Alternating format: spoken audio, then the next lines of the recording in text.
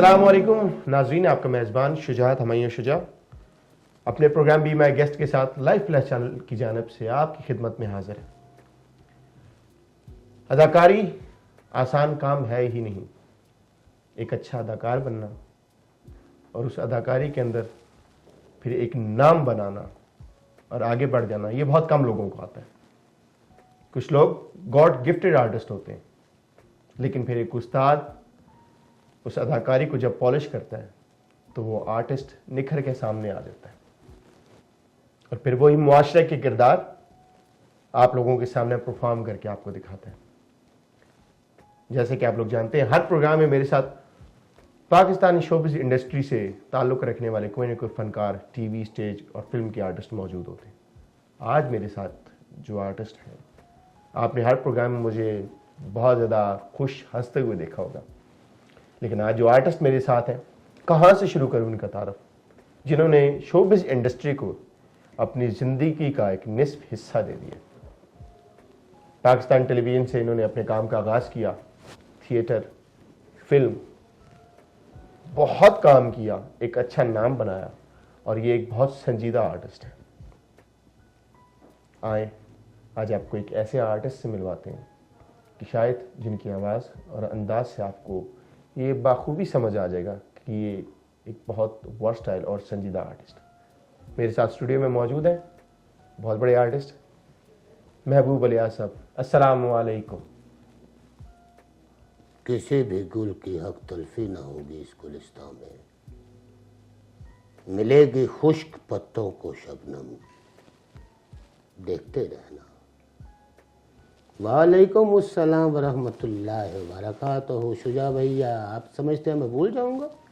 ऐसी कोई बात नहीं, मुझे सलाम भी याद रहता है, मुझे शेर भी याद रहते हैं, इवन कभी कभी एक्टिंग भी याद रहती है। कैसे हैं आप? कट सर, मैं माजरत, आप शायद जैसे आपने शेर पढ़ा, मुझे लगा ऐसे डायलॉग बोल रहे हो और मैं उसमें खो गया था, इसलिए मैंने अपने आप को उस चीज़ से बाहर निकालने के लिए कट बोला अपने आप को। यार एक्चुअल बात ये है, मैं इस फील्ड में हूँ, इस फील्ड में काम करता रहा हूँ। जब मुझे काम नहीं मिलता था ना, तो मैं भी परेशान होता था कि कभी कोई मेरा इंटरव्यू लेगा, मुझे कोई बुलाएगा, मैं एक खुश्क पत्ता हूँ, मुझ पे भी शबनम पड़ेगी। तो आज मैं समझ रहा हूँ कि वो शबनम मुझ पे पड़ रही है। सबसे पहले तो मैं शुक्रिया अदा करना चाहूँगा आपका, आपके स्टूडियोज़ के क्रियो का, जिन्होंने मुझे इस काबिल समझा, बुलाया और कुछ बात करने का मौका। सर मैं बहुत शुक्रिया अदा करना चाहता हूँ आपका कि आपने अपनी कीमती वक्त में से कुछ वक्त निकाला हमारे लिए, और ये बात हमारे लिए बायसे इज़्ज़त है कि आप जैसे सीनियर आर्टिस्ट हमारे पास आए, कुछ मुझे आपसे सीखने को मिलता रहे। सर बात का आगाज़ करता हूँ। 1, 2, 3, 4 दफ़ा आपने शबनम का नाम लिया। ये शबनम से या तो आप मुतासिर हैं या तो बहुत मोहब्बत करते हैं उससे। यार आप सिर्फ एंकरिंग करते हैं या नजूमी का काम भी करते हैं? यार बस यही समझे, नजूमी के काम भी करता हूँ। मैं यही तो जानना चाह रहा हूँ, शबनम का क्या किस्सा है? ये आपको किसने बताया कि शबनम, मुझे शबनम अच्छी लगती थी? आप किसी दूसरी दुनिया में जाके खो के जब डायलॉग बोल रहे थे, आपने 3-4 दफ़ा नाम लिया, उससे मैंने अंदाज़ा लगाया। यार एक्चुअली बात ये है, शोबिज़ में जब मैं आया तो बचपन में मेरे घर में न्यूज़पेपर आया करता था, पाकिस्तान टाइम। तो उसके ऊपर बंदिश और पाकीज़ा के इश्तिहार लगे होते थे और शबनम की पिक्चर भी होती थी, साथ नदीम साहब भी हुआ करते थे। नदीम साहब तो नज़र नहीं आते थे, मुझे शबनम नज़र आती हाय हाय हाय। और शबनम माशाल्लाह इतनी खूबसूरत थी, और हमारे आर्ट में है और आर्ट में हर इंसान को खूबसूरत ही होना चाहिए। इस वजह से वो शबनम ठहर गई अंदर। ओए होए सर, हर आर्टिस्ट किसी न किसी अदाकार से मुतासर होकर शोबिज़ इंडस्ट्री में आता है, किसी के बोलने के अंदाज से, किसी के स्टाइल से। आप क्या शबनम के अंदाज को? बस शबनम के चक्कर में इस फील्ड में आया। लेकिन क्या करूं यार, जब आया हूँ और पता चला कि यार ये तो कोई और चक्कर है, ये और फील्ड है, इसमें तो काम करना पड़ेगा, इसमें तो मेहनत करनी पड़ेगी, जान मारनी पड़ेगी। ये शबनम, ये फलां फलां, ये तो सेकंड चीज़ है सारी। सर किस उम्र में अदाकारी आपने शुरू की थी? ग़ालिबन 88-89 में डीजी खान में मेरे पहले टीचर हुआ करते थे, अल्लाह गरीक रहमत करे, अजीज़ कमाल साहब। अजीज़ कमाल साहब। तो उनको मैंने बताया तो वो मुझे इस फील्ड में ले गया। वहाँ से सफ़र शुरू हो गया आपका? वहाँ से सफ़र शुरू हो गया। डीजी खान मुल्तान। डीजी खान मुल्तान से आपने आगाज़ किया जी। और फिर वहाँ से सफ़र करते करते इंडस्ट्री तक आ गए आप? जी, वहाँ से सफ़र कर, चूँकि मेरे वालिद साहब डॉक्टर मोहम्मद अलियास साहब टैफ्टा में एक सरकारी मुलाजिम थे, 18वीं 19वें ग्रेड के ऑफिसर थे, तो उनकी ट्रांसफ़र होती रहती थी मुख्तलिफ़ शहरों में, वो जाते रहते थे, साथ साथ फैमिली को भी साथ साथ लेकर चलते थे। तो इत्तेफाक से अब फाइनली हम जब रावलपिंडी इस्लामाबाद में आए तो फिर यहीं के होके रह गए। मैंने कराची में भी काम किया, मैंने लाहौर में भी काम किया, मैंने इस्लामाबाद तो खैर हमारा मदर स्टेशन है PTV, बहुत काम किया मैंने। सर थिएटर किया आपने, टीवी किया आपने, रेडियो किया आपने, सबसे ज़्यादा मज़ा किस में आया? थिएटर पे। थिएटर में। उसकी वजह? तो उसकी वजह यह है कि रिस्पांस फ़ौरन मिल जाता है और उसमें कोई गलती की गुंजाइश नहीं होती। जो करना है अब आपने उधर ही करना है। टीवी पे तो कट रीटेक हो जाती है, थिएटर पे नहीं। मैंने रिसेंटली आपका एक प्ले देखा था और PNCA में आपने ये प्ले परफॉर्म किया था, अशोका। मेरे लिए एक नया प्ले था सर। उसमें माशाल्लाह से आपने कैरेक्टर निभाया, बिल्कुल एक यूनिक गेटअप के अंदर। उसमें आपने एक डायलॉग बोला था सर, मैं चाह रहा हूँ कि अगर मैं आपसे वो सुनना चाहूँ। अशोका प्ले के जितने भी डायलॉग हैं बहुत अच्छे थे और बहुत, मैं समझता हूँ बहुत पावरफुल प्ले था वो अशोका, शहनशाह। उसमें एक सिचुएशन थी, जब मैं शहनशाह बनता हूँ ना, वो जो मेरा वज़ीर बना होता है, जब वो मेरे सर पे ताज रखता है, तो एक मखसूस किस्म की मगरूरियत मेरे अंदर आती है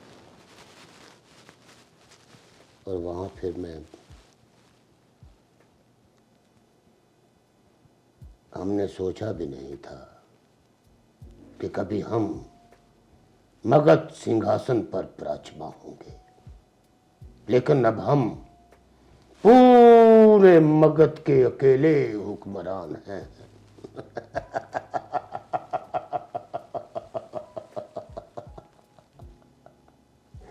कुछ ऐसे। ओह माय गॉड सर, क्या कहने, क्या तलफ़ुज़ की अदायगी है, ये बहुत मुश्किल है। बहुत अच्छा प्ले था और मैंने देखा था हॉल में जितने भी लोग थे वो उन पर सकता तारी था और बहुत अच्छा काम किया। संजीदा ही कैरेक्टर सर आपने हमेशा किए हैं और इंशाल्लाह मैं एक दो चीज़ें और आपने जो मैंने देखी हैं, आपकी लाइव देखी है, वो आपसे परफॉर्म करवाऊंगा। सर ज़रा नेचर से हट के, मेरी आदत है अपने शो में बात करता हूँ। महबूब में कुछ बातें ऐसी होती हैं कि आज तक जो आपके चाहने वालों को पता नहीं होती। मैं कोशिश करता हूँ मैं आर्टिस्टों से वो बातें लूँ और उन तक पहुँचाऊँ। लूँ या उगलवा लूँ? उगलवा लूँ, ये आप कह रहे हैं। सर पहले ये बताएं, ज़िंदगी में लोग समझते हैं अक्सर ये कि बंदा एक आर्टिस्ट है या अदाकार है। अदाकार बहुत हसास होता है। वो अक्सर जब किसी से कोई उसको मोहब्बत हो जाती है, दिल लगी हो जाती है, तो वो जब किसी से इजहार करता है तो सुनने वाले पहला रिस्पॉन्स ये देते हैं, आप एक्टर हैं, आप तो डायलॉग बोल रहे होंगे। आपके साथ भी कोई ऐसा हादसा हुआ है? हुआ, रोज होता है। रोज होता है? oh my God। बाहर की क्या बात करें, घर में होता है यार। भाभी ये सुन रही है आप? बस कभी गलती से तुम्हारी भाभी पे अगर प्यार आ जाए तो कोई अच्छे अल्फाज से, एक चाय का कप दे दीजिए प्लीज। ड्रामे च जाके बोलना इंज इत्थे ना बोलिया करो, जिस तरह इस तुसी पहले चाह मंगदे हो उंज ही मंगो चाह तुसी साडे कोल। मिर्ची में मंगदे हो? चाय का कप तो दे दीजिए। तो यार ये सुनने को मिलता है, रोज सुनने को मिलता है। और वाकई जहाँ तक आपने कहा कि आर्टिस्ट बहुत हसास होता है, वेरी सेंसिटिव। मेरा पहला प्ले था जिसका नाम था फन और फनकार। उसमें मेरे वाइंड अप के डायलॉग कुछ ऐसे थे कि एक्टर तो एक दरवेश होता है जो टूटे हुए दिलों को जोड़ता है, जो गम ज़दा दिलों को हंसाता है, लेकिन तुम कैसे एक्टर हो? एक फनकार की खुशियों के कातिल बनना चाहते हो, एक फनकार की खुशियों का गला दबाना चाहते हो, तो आज ये अरमान भी पूरा कर लो ताकि लोगों को यकीन हो जाए कि फनकार अंदर से कितना झूठा और धोखेबाज होता है। अपनी खुशियां हासिल करने के लिए दूसरों के सामने ड्रामा खेलता है, बहरूप बदलता है, लेकिन अंदर से उसका चेहरा कितना भयानक होता है ये मुझे आज पता चला, आज पता चला है। और मुझे भी आज पता चला है सर कि जो है वो, कहाँ से अब शुरू करूँ बात को, कहाँ से बताऊँ, मेरे लिए काफ़ी मुश्किल हो जाता है ऐसे आर्टिस्टों के सामने। सर इस्लामाबाद में आपने एक तवील अरसा दिया है, इस्लामाबाद में आपकी फेवरेट आर्टिस्ट कौन सी? हाँ, इस्लामाबाद में बहुत अच्छे आर्टिस्ट हैं, बहुत अच्छे अच्छे हमारे सीनियर आर्टिस्ट हैं, लेकिन ये जो हमारे आर्टिस्ट ना जो सीनियर हैं, मैं ये समझता हूँ हमारे इस खित्ते में कुछ ज़र्फ की कमी है। आर्टिस्ट तो बहुत अच्छे हैं, ज़र्फ की कमी है कुछ, वो अपने से छोटे को वो अप्रिसिएशन नहीं देते जो देनी चाहिए। बहुत खूबसूरत बात कर रहे हैं। वो मैं ये समझता हूँ कि मैं अभी आपके साथ बैठा हूँ और आपसे भी कुछ ना कुछ सीखने का मौका मिल रहा है। अगर मैं आपको शुजा भाई कह दूँगा तो मुझे लगेगा कि यार कि मैं अपने किसी भाई से, अपने दोस्त से बात कर रहा हूँ और मुझे कोई हिचकिचाहट महसूस नहीं होती।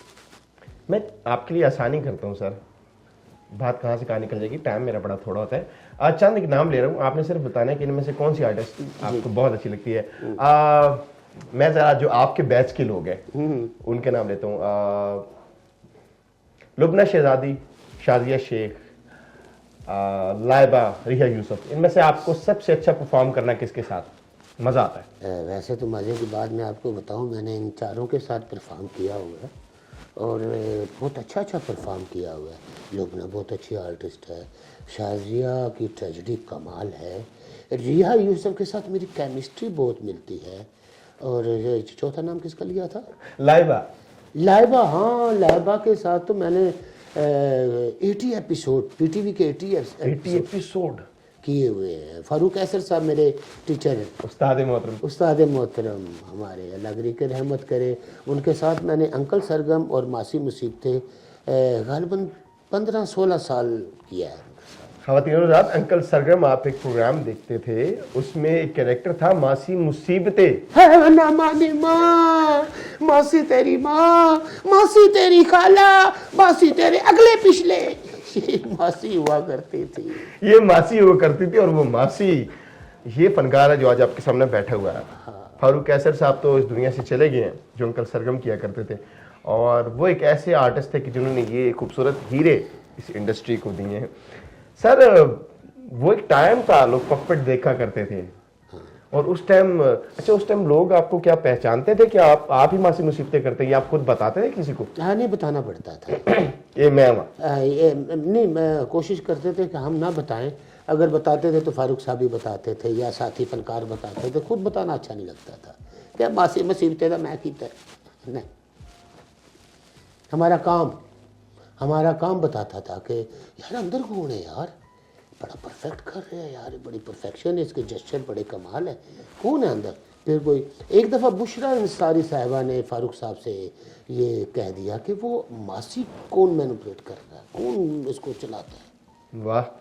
तो फारूक साहब ने कहा मैं आज आएगा शाम को महबूब मेरे पास, तो मैं मिलवाऊँगा तुम्हें उसके साथ। ये मेरे लिए ऑनर की बात है, बुशरा अंसारी कह रही है और फारूक कैसर साहब मुझे मिलवाने वाले, छोटी बात नहीं है मेरे नज़दीक, अवार्ड से कम है। बात को थोड़ी एक मुकम्मल कर लूँ, 4 आर्टिस्टों के नाम बताए थे, इनमें से किसी एक के साथ अगर आपको बहुत आपका दिल चाहता है मैं बस इसके साथ एक हीरो का किरदार करूँ?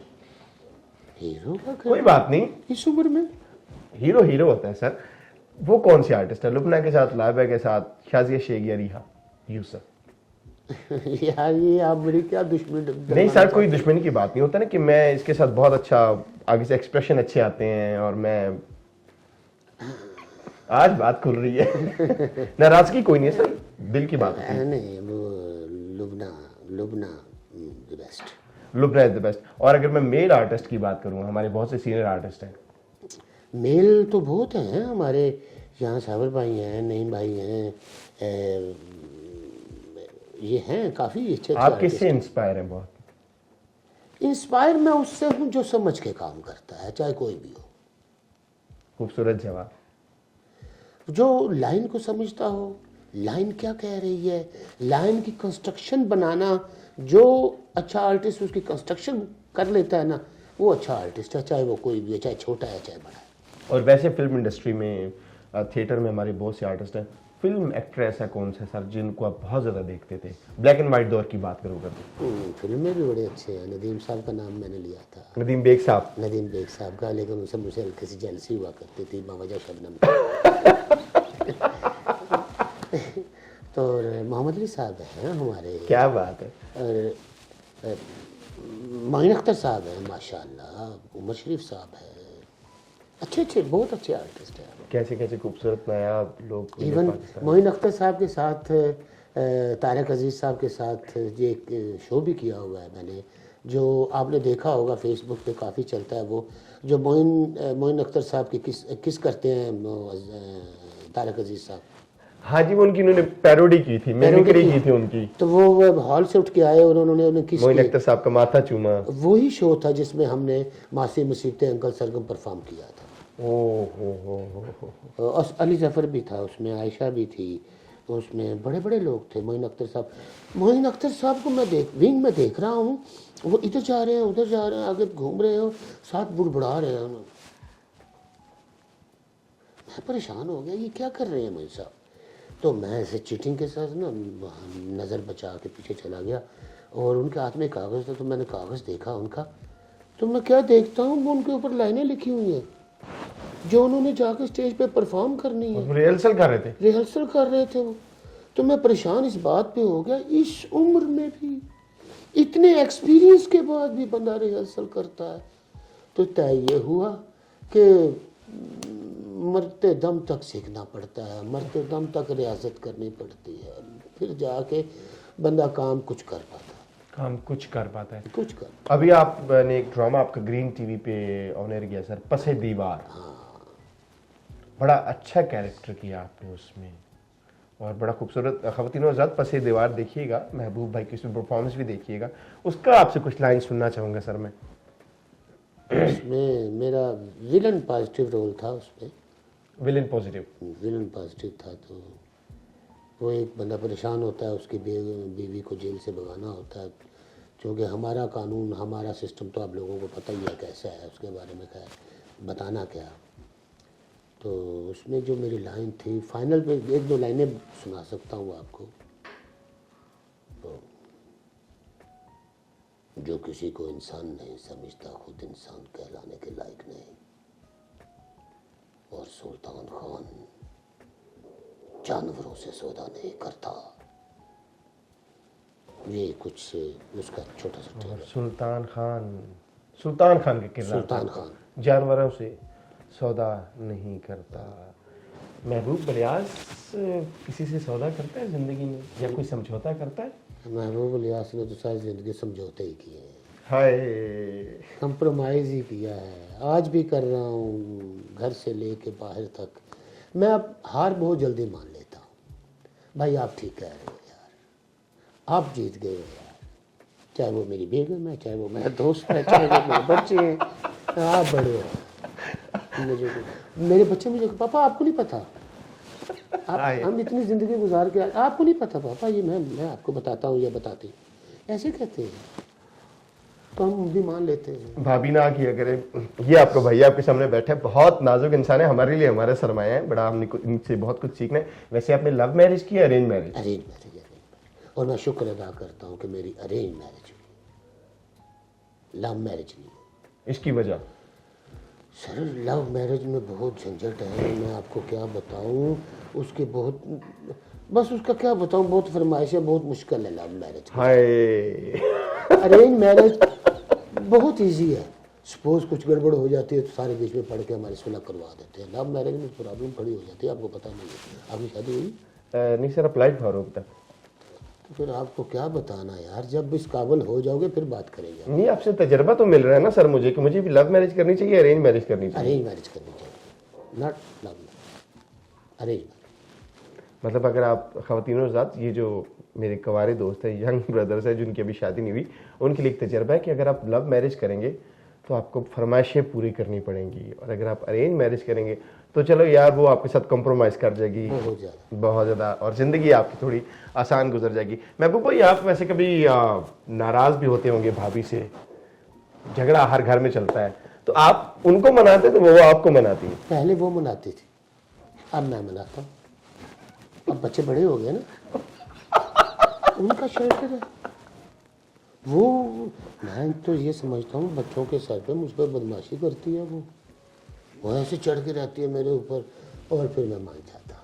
हाय, और मानना पड़ता है, मानना चाहिए, आखिर अदाकारी काम आ ही जाती है। कहीं कहीं। सर बड़ी खूबसूरत बात की। सर आज के जो बच्चे हैं, बहुत सारे आर्टिस्ट हैं, वो शोबिज इंडस्ट्री में ये समझ कर आ जाते हैं कि चलो यार मैं एक टाइम पे जॉब कर लूंगा और पार्ट टाइम में ये भी काम कर लेता हूँ, वो सीखते नहीं इस काम को। इस हवाले से आपकी क्या राय है?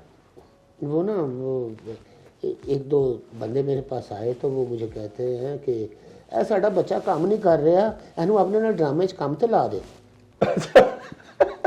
इतना एक्स्ट्रा काम है। तो मैंने उसे कहा, मैंने कहा भाई आप इस काम को क्या समझते हो यार, ये आर्टिस्ट बनना कोई आसान बात है?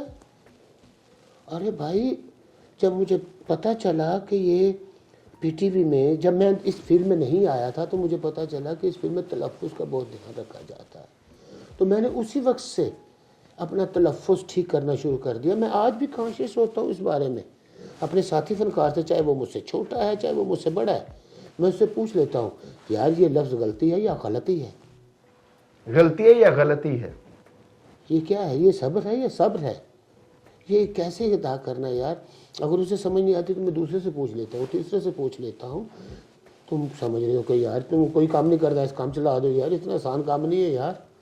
और आर्टिस्ट बनना तो खून देने के बराबर है। खून देने के बराबर है। बहुत कुर्बानियाँ देनी पड़ती है इस काम में, बहुत लोगों की बातें सुनना पड़ती है। अल्लाह। इवन घर वाले कहते हैं वो कंजरा आ गया, अजीब अजीब सी बातें करते हैं।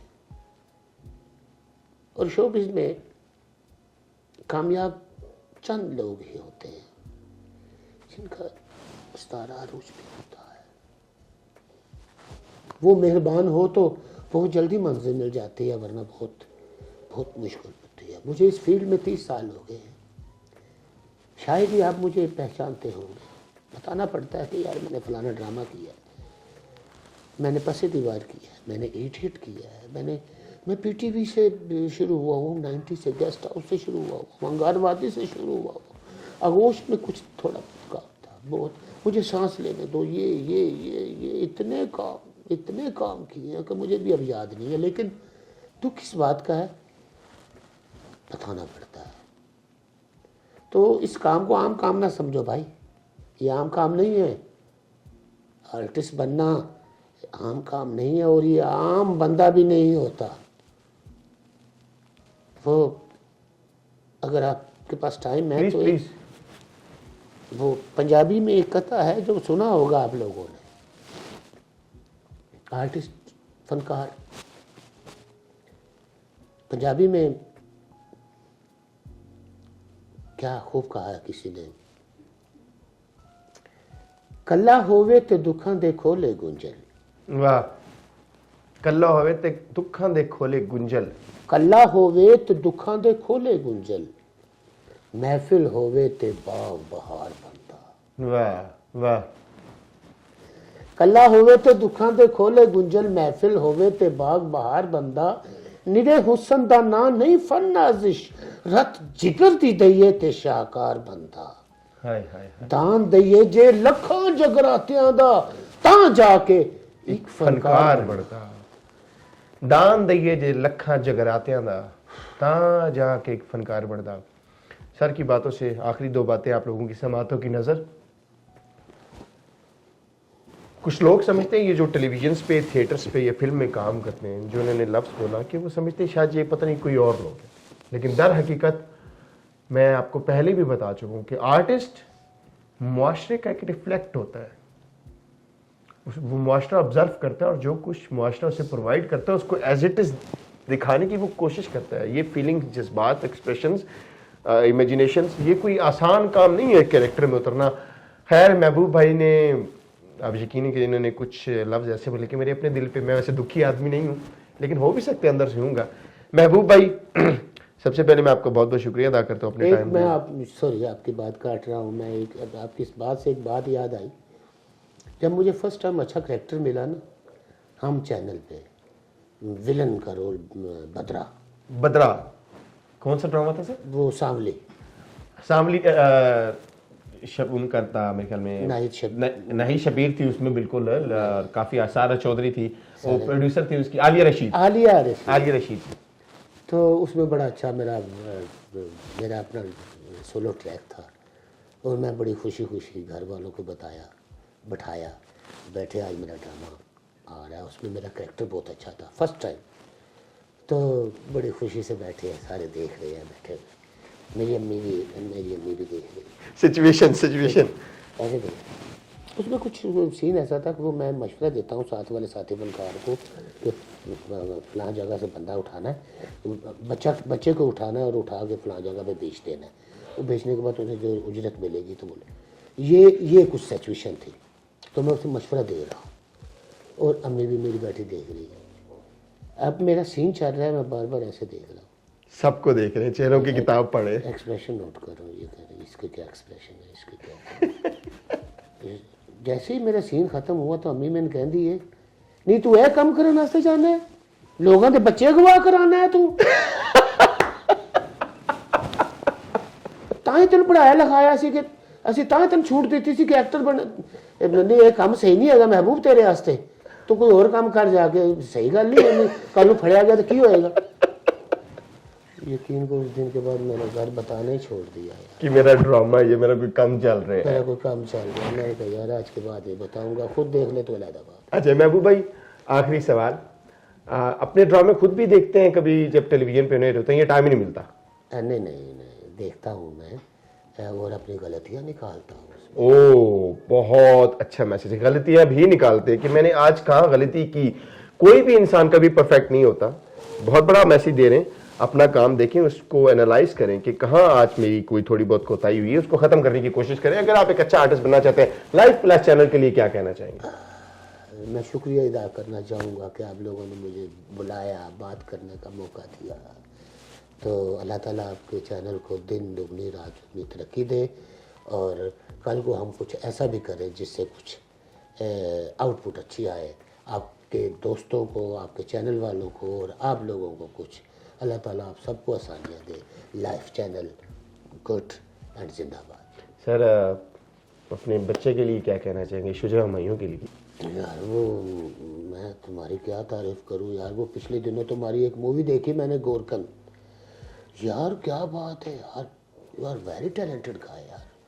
लग ही नहीं रहा था कि आप एक्टिंग कर रहे हो यार, ऐसे लग रहा था बाकायदा कोई गोरकन है, उसकी ड्यूटी लगी हुई है और वो बंदे मारने पे लगा हुआ है। सर मेरे लिए बात बायसे सनद है, बहुत अच्छा। आप जिसे असातिज़ा ने मुझे इस काबिल समझे, मेरे लिए अपनी राय दी। ख़वातीन और हज़रात, उम्मीद करता हूँ हमारे आज के आर्टिस्ट आपको बहुत अच्छे लगे होंगे। अपनी राय दीजिए कमेंट्स, खुसूसन लाइफ प्लस चैनल को सब्सक्राइब करें, लाइक करें, शेयर करें।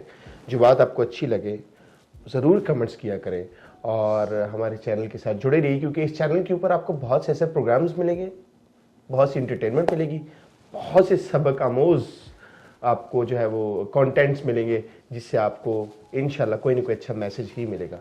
अपनी दुआओं में याद रखिएगा। अगले प्रोग्राम तक के लिए इजाज़त दीजिएगा, एक नए मेहमान के साथ हाजिर होऊंगा। खुदा हाफिज़।